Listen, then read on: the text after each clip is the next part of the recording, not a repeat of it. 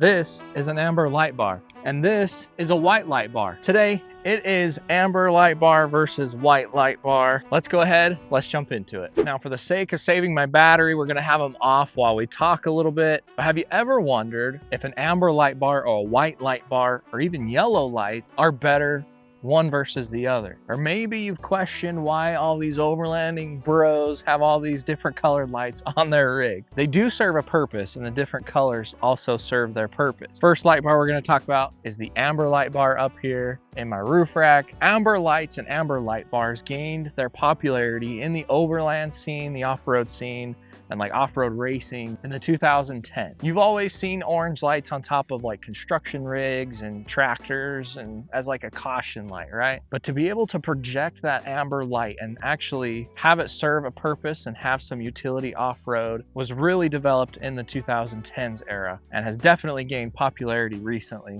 And well, we're still wondering why. The amber color, the orangish yellow color that you see on amber lights, has a longer wavelength on the Kelvin scale. Throw up a little pop-up here for you, but the more white and blue your light is, the farther it can reach and more detailed it can be. With the orangish and yellow color, it cuts through dust and rain and fog and other bad weather conditions so much better than if you were rocking only white light. There's some scientific reason behind that, but to put it in simple terms, there's less glare coming off of what's in front of you back into your eyes, causing less eye strain and better terrain recognition. That's our next thing. You're going off-road, you see some divots, you see some bumps in the road. With that wavelength, your eyes are able to pick up on it just a little bit better, and you can avoid that rougher terrain in front of you using that type of light. There's definitely less scatter that's happening and getting reflected back as the light penetrates through dust, fog, rain, snow, whatever it might be in front of you, versus a white light, which tends to capture more of what's in front of you,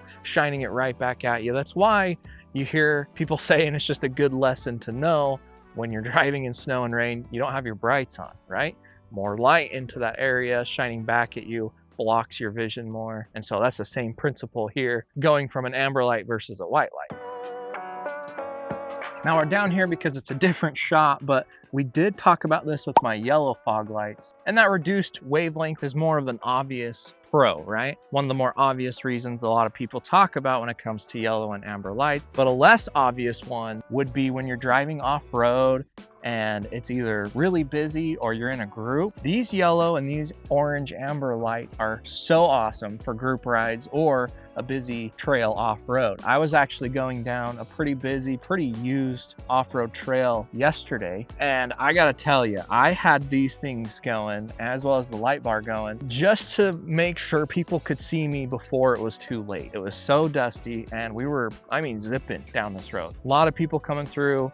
The last thing you want is to wreck off-road, out of service, on a turn, on a blind turn where people can't see you. And so it does offer some peace of mind having these yellow and orange lights. They're easy to pick up really quick through dust and whatnot, but having these turned on, it was definitely nice knowing that they were bright enough. Coming around a turn, people see me, they would slow down, get out of the way, and we wouldn't wreck. So that's another huge reason that these were gaining popularity in the off-road racing scene, as well as the group overlanders, the group people who go off-road and then they're handling and going through the dust so much. A white light bar might be nice, but I can tell you just from experience, I know that the yellow and orange are more easily visible and easier to pick up either coming towards somebody or driving behind somebody. It also doesn't really blind them. So let's say you were riding in front of me and I had these on just so you could pick up and tell how close we are. Having a white light bar might be blinding the crap out of you or just super bright. With the yellow and amber lights, it kind of cuts that down. So another really cool pro, another really cool thing about these amber lights. Now let's talk about a con. One con with yellow and amber light, they might not spread or reach as far as a white light bar or white lights. Personally, I really haven't found that to be the case. I think it's just because we've gone with some heavy duty, pretty quality lights up here and down here. These are the iJDM fog light, Lost Fit amber light bar in there. We'll talk about these guys here in just a second. I've noticed turning these things on, they actually spread out pretty well. They're pretty bright, but they might not reach as far as my white light bar. That's why a lot of off-road rigs, as well as myself, run both. If I need to reach really far out there and see really far out in front of me, it's nice to have the white light bar, have some white light that does tend to reach further, even though the amber light bar and the yellow light are still bright and they do show me what is off-road out in front of me. I will say the more detail I get out of the white light bar is a nice addition to have. So that is one con that we do have to discuss. It's not huge, but you do tend to notice. And I also noticed that with my white LED bulbs that we recently installed, it cuts through some branches a little bit better and you're able to see more detail further out when we're comparing it to an amber or yellow light. It's also nice with the white light bar to be able to see something in its true or natural color, right? The amber light bar, yellow lights do tend to give stuff that kind of look, right? Amber and yellow. And so you might be thinking, well, what the heck is that? Or you can't recognize what it might be, and it might be too late. With the white light bar, you can definitely see what that obstacle might be in its natural color. A lot of people don't touch on that, but if I'm driving down the road and I need to see what something is exactly, the white light comes in handy for that. And I think that's why it's important to run both. I think that's why I made the decision to run both. This white light bar has served its purpose so well over the years, and I'm excited to see what this LOSFIT light bar does for me in the coming future, right? By the way, if you guys want to check any of these products out, they're linked down below. Use OTACO20 at checkout when you shop on LOSFIT's website. They're linked down below. They're a partner of the channel.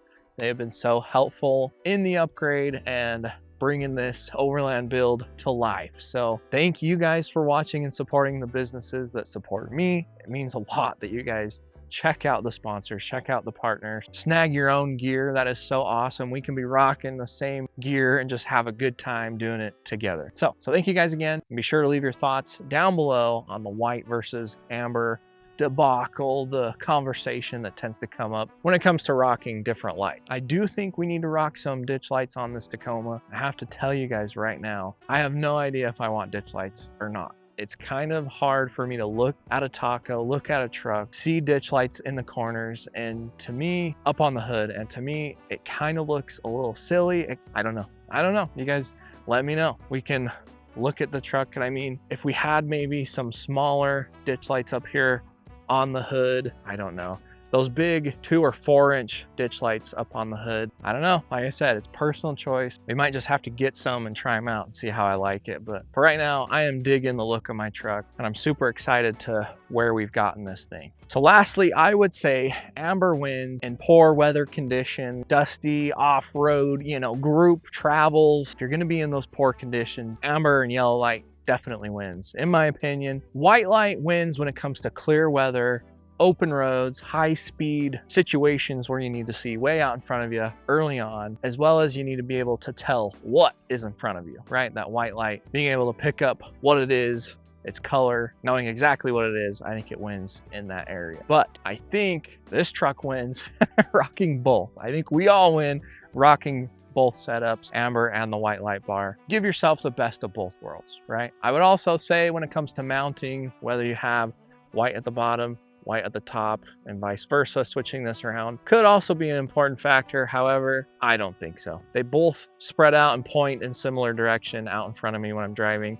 as you guys have seen in the B-roll and in these videos of me driving at night. But pretty sick. Pretty awesome. Hope you guys enjoyed the video. Be sure to subscribe. We're trying to hit 2,000 subscribers by the end of 2025, and we're almost there. With the help of you guys, I know we can reach it. So hit that subscribe button. Thank you guys so much for commenting down below and starting the conversation down in the comments. That's all it takes. One of you commenting, and then we all have a conversation about it. Honestly, that's what this channel is built on. That's one of the coolest things I like to do with you guys. Seeing you guys talk about it with me and with each other is so awesome. Such a cool community we got going on. Thank you guys so much for being a part of this whole journey. I'll see you guys in the next one.